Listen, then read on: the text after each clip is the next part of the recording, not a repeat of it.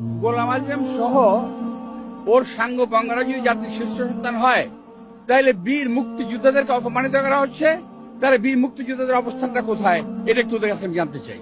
এটা তো অবশ্যই এই দলটি 1947 সাল থেকে অদ্যাবধি 47 সাল, 71 সাল এবং এখন পর্যন্ত দেশের শান্তি কখনো কামনা করে নাই এবং করে না। তারা দেশের স্বাধীনতা চায় নাই, এখনো তারা দেশের স্বাধীনতা চায় না। তারা চায় এই দেশটা একটা বিপাকে পড়ুক, একটা ভালো খারাপ অবস্থায় চলে যাক এবং অশান্তিময় একটা দেশ থাকুক, তারা এই চায়। স্যার ঘটনা কি সত্যি? আমি সাচ্চা মুসলমান, আমি ইসলামে বিশ্বাস করি, আমি ইসলামের মূলনীতিকে বিশ্বাস করি। আমাকে যদি কি মৌলবাদী বলে তাতে কি আসে যায়? আমাদের বেলায় হলো মৌলবাদী, আজকে আসলে জঙ্গিবাদী, এগুলো কিছুই না।